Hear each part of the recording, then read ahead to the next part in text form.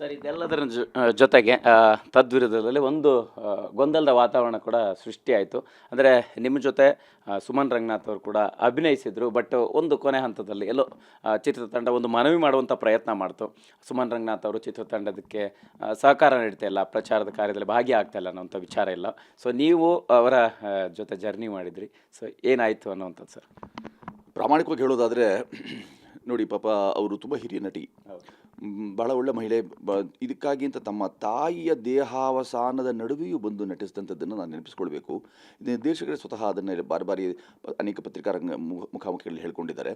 ನೋಡಿ, ಇದಕ್ಕಾಗಿ ಪಾತ್ರಕ್ಕಾಗಿ ಅವ್ರು ಮಾಡಿಕೊಂಡ ಪೂರ್ವ ಸಿದ್ಧತೆ ಇದೆಯಲ್ಲ, ಅದು ಈ ನಡುವೆ ಈ ಚಿತ್ರ ನೋಡಿದ ನಂತರ ತುಂಬ ಅದ್ಭುತವಾದ ಅಭಿನಯ ಅವ್ರದ್ದು ಅಂತ ಯಾರಾದರೂ ಅಕಸ್ಮಾತ್ ವಿಮರ್ಶಾತ್ಮಕವಾಗಿ ಹೇಳ್ತಾ ಇದ್ದಾರೆ ಅಂತ ಹೇಳಿದ್ರೆ ಅದಕ್ಕೆ ಮುಖ್ಯ ಕಾರಣ ಏನು ಅಂತಂದರೆ ಅವ್ರು ಮಾಡಿಕೊಂಡ ಪೂರ್ವ ತಯಾರಿ. ಪೂರ್ವ ಪ್ರಸ್ತುತಿ ಆಗಬೇಕು ಅಂದರೆ ಪೂರ್ವ ತಯಾರಿ ತುಂಬ ಚೆನ್ನಾಗಿರಬೇಕು ಅನ್ನೋದೊಂದು ಮಾತಿದೆಯಲ್ಲ. ಹಾಗೆ ಈ ಪಾತ್ರಕ್ಕಾಗಿ ತುಂಬ ಶ್ರಮ ಹಾಕ್ತಾರೆ ಅವರು, ತುಂಬ ಕೆಲಸ ಮಾಡಿದ್ರು ಅವರು. ಅದೇನೋ ಈ ಚಿತ್ರ ಆರಂಭವಾಗಿ ಕೆಲವು ವರ್ಷಗಳು ಕಳೀತಾ ನಿಧಾನವಾಗಿ ಪಾಪ ನಿರ್ಮಾಪಕರಿಗೆ ಅವರ ಸಂಕಷ್ಟ ಮತ್ತು ನಟವರ್ಗಕ್ಕೆ ಅವ್ರದ್ದು ಸಂಕಷ್ಟಗಳಿರುತ್ತವೆ. ಒಂದು ಅಭಿವ್ಯಕ್ತಿ ಸಂವಹನದಲ್ಲಿನ ಕೊರತೆಯಿಂದಾಗಿ ಆ ಥರದ ಗೊಂದಲ ಮೂಡಿದ್ದೇ ಹೊರಗ ನನಗೆ ಗೊತ್ತಿರೋ ಹಾಗೆ. ಯಾಕೆಂದರೆ ನಾನು ಜೊತೆ ತಾವೇ ಹೇಳ್ದಂಗೆ ಒಂದು ಪ್ರಯಾಣ ಮಾಡಿದ್ದೆ ನಾನು ಅದರೊಟ್ಟಿಗೆ. ಆ ಪಾತ್ರದ ನಿಭಾವಣೆ ಸಂದರ್ಭದಲ್ಲೂ ಪ್ರಯಾಣ ಮಾಡಿದ್ದೇನೆ. ಆ ಸಂದರ್ಭದಲ್ಲಿ ನಾವು ಯಾವ ಚಿತ್ರೀಕರಣ ಮಾಡಬೇಕಾದ್ರೆ ಸಹಜವಾಗಿ ಅನೇಕ ವಿಚಾರಗಳನ್ನು ಮಾತಾಡ್ಕೊಳ್ತೇವೆ. ಈ ಚಿತ್ರದ ಕುರಿತಾಗಿ ಅವರಿರುವಂಥ ಕಾಳಜಿ ಇದೆಯಲ್ಲ, ಈಗಲೂ ಈ ಹೊತ್ತಿಗೂ ಈ ಚಿತ್ರ ತುಂಬ ಚೆನ್ನಾಗಿದೆ ಅಲ್ವಾ ಅಂತ ಅವ್ರು ಹೇಳುವಂಥದ್ದು, ಚೆನ್ನಾಗಿದೆ ಅಂತ ಹೇಳಿದ ನಂತರ ಅದನ್ನು ನಾವು ತಲುಪಿಸೋದಕ್ಕೆ ನಾವು ಶ್ರಮ ಹಾಕಬೇಕು ಅಂತ ಬಾರಿ ಅವ್ರು ಹೇಳಿಂಥದ್ದು.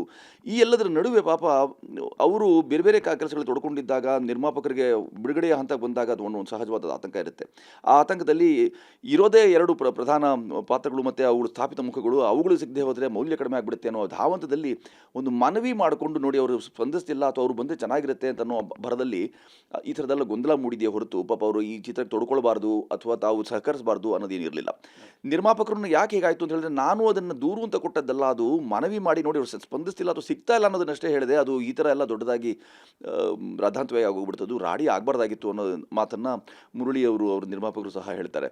ಆಮೇಲೆ ನಿರಂತರ ಸಂಪರ್ಕವನ್ನು ನಿರ್ದೇಶಕರು ಅವ್ರು ಇಟ್ಕೊಂಡಿದ್ದು.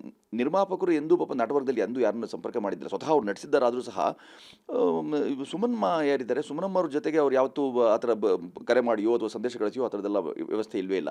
ಆ ಎಲ್ಲ ಕೆಲಸವನ್ನು ನಿರಂತರ ಸಂಪರ್ಕದಲ್ಲಿದ್ದು ನಿರ್ದೇಶಕರು ಮಾಡ್ಕೊಂಡಿದ್ದಾಗ್ಯೂ ನಿರ್ದೇಶಕರು ಅನ್ಯಾನ್ಯ ಕಾರಣಗಳಿಗೆ ಚಿತ್ರದ ಸಂಬಂಧ ಅವರು ಚೆನ್ನೈಗೆ ಹೋಗಿ ಅದರೆಲ್ಲ ತಾಂತ್ರಿಕ ಕೆಲಸಗಳನ್ನು ಮಾಡೋಕ್ಕೆ ಅಂತ ಹೊರಟಿದ್ದಾಗ ಈ ಥರದ ಗೊಂದಲ ಉಂಟು ಆಗಿ ಇದು ಸಮಸ್ಯೆ ಆಗಿದೆ ಹೊರತು ಬರಲ್ಲ ಮಾಡಬಾರ್ದು ಸಹಕರಿಸಲಾದ ಪಾಪ ಅವರು ಎಂದು ಹೇಳಿಲ್ಲ. ಮತ್ತು ಇದನ್ನು ಅವರು ಗಂಭೀರವಾಗಿ ಅವ್ರು ಬಂದಿರೋ ಚೆನ್ನಾಗಿತ್ತು ಅನ್ನೋದನ್ನು ಅವ್ರು ಮೊದಲು ಹೇಳ್ಕೊಂಡಿದ್ದಾರೆ. ಅವರು ಸ್ವತಃ ಸಿನಿಮಾ ರಂಗದ ಅಂದರೆ ಈ ತಂಡದ ಜೊತೆ ನಿಂತಿದ್ದಾರೆ.